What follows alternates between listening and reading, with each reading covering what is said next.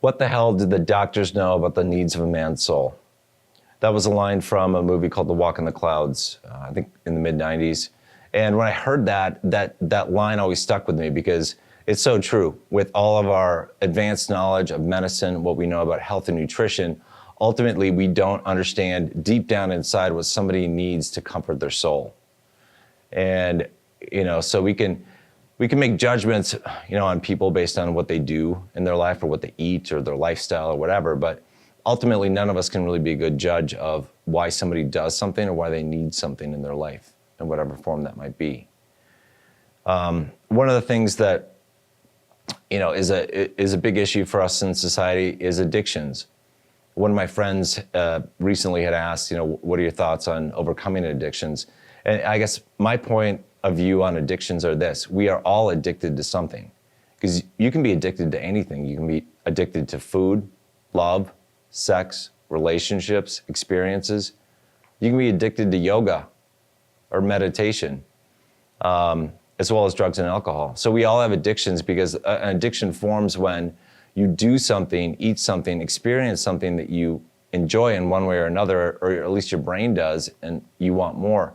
And the more you do that thing, or you eat that thing, or you take that drug, or whatever it is, your brain it rewards you, right? That we have a built-in system of reward. So the more you do it, the more you get rewarded, and the more you've been rewarded, the more you want more. And so that can kind of create the cycle where we get addicted to different things. You might be addicted to reading, or might be addicted to Netflix. It's just how you view addiction. Some types of addiction are much more destructive than others, obviously. If you're addicted to meditation, that's probably a lot, easier than addiction to drugs or alcohol. But I think it's important, if somebody's looking at, reducing their addiction or getting out of an addictive behavior or stopping being addicted to a drug, that it's important to look at, what is it that drives you towards your addictive behavior? There are a couple of things that I look at myself with my addiction. One of the things I'm addicted to is cigarettes, nicotine. And I look at that and I go, okay, well, when do I run to smoking? I run to it in a couple different scenarios. I run to it when I'm bored. I smoke when I'm sad, depressed, down. I chain smoke when I'm problem solving and I need energy. Whatever that does for me, like smoking gives me energy, or at least I think it does. So I run to it there. I also run to cigarettes when, it's like somebody asked me, hey, do you want to go have a smoke?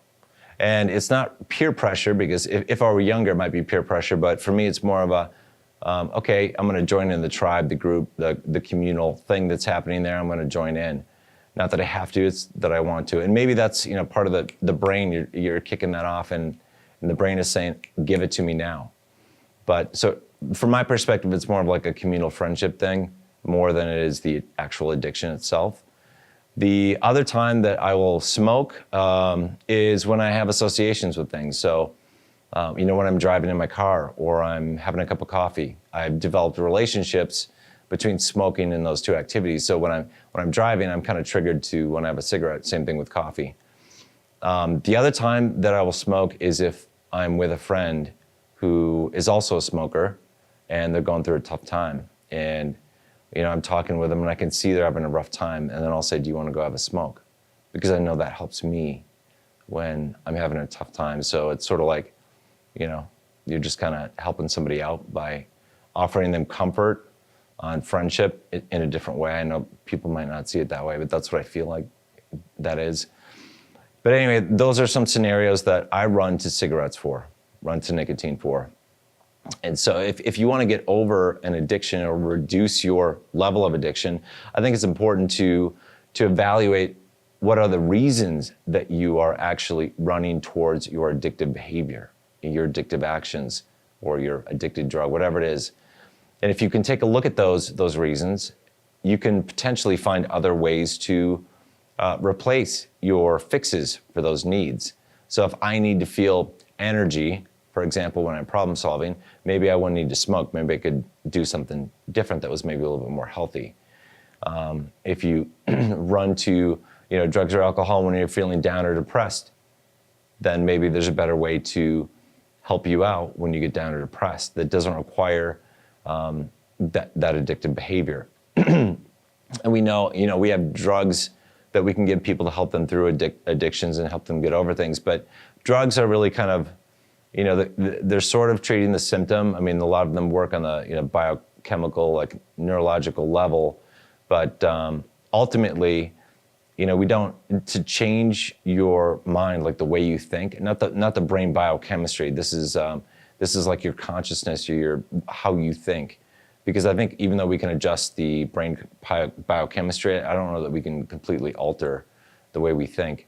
You really have to change the way you look at things, and that's up to you inside to be able to do. And that's why I think things like counseling are so critical to helping people get out of addictive behaviors or actions. So just something to think about if you or somebody that you know is looking to get out of addictions. But one thing that I think is really important,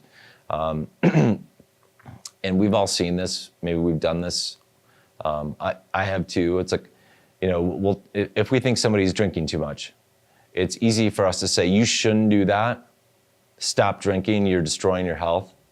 And when we do that, when we criticize somebody and tell them that they shouldn't do something, we do a couple things that actually make it more difficult for that person to stop doing that. Because when you're attacked in some way, or somebody's challenging your viewpoints on something, you put up like a defensive shield and you say, well, screw you, right? I'm not going to do what you tell me I should do. And so doing that, saying you shouldn't do something, or stop doing that, is not always the best effective way to do it. I would say it's probably not terribly effective at all. A better way to do it is just to offer people suggestions, and especially if you've been in the situation before, if you were an ex-smoker, you could say, well, one of the things, that helped me stop smoking was this. 1, 2, these are the 3 things I did that really helped me. And here are the side benefits of stopping smoking. Rather than saying you shouldn't smoke, you're a bad person because you're a smoker. So that very 2 different types of messages that the receiver is going to get. And I think that's a pretty big, important distinction we need to make when we're trying to help people out.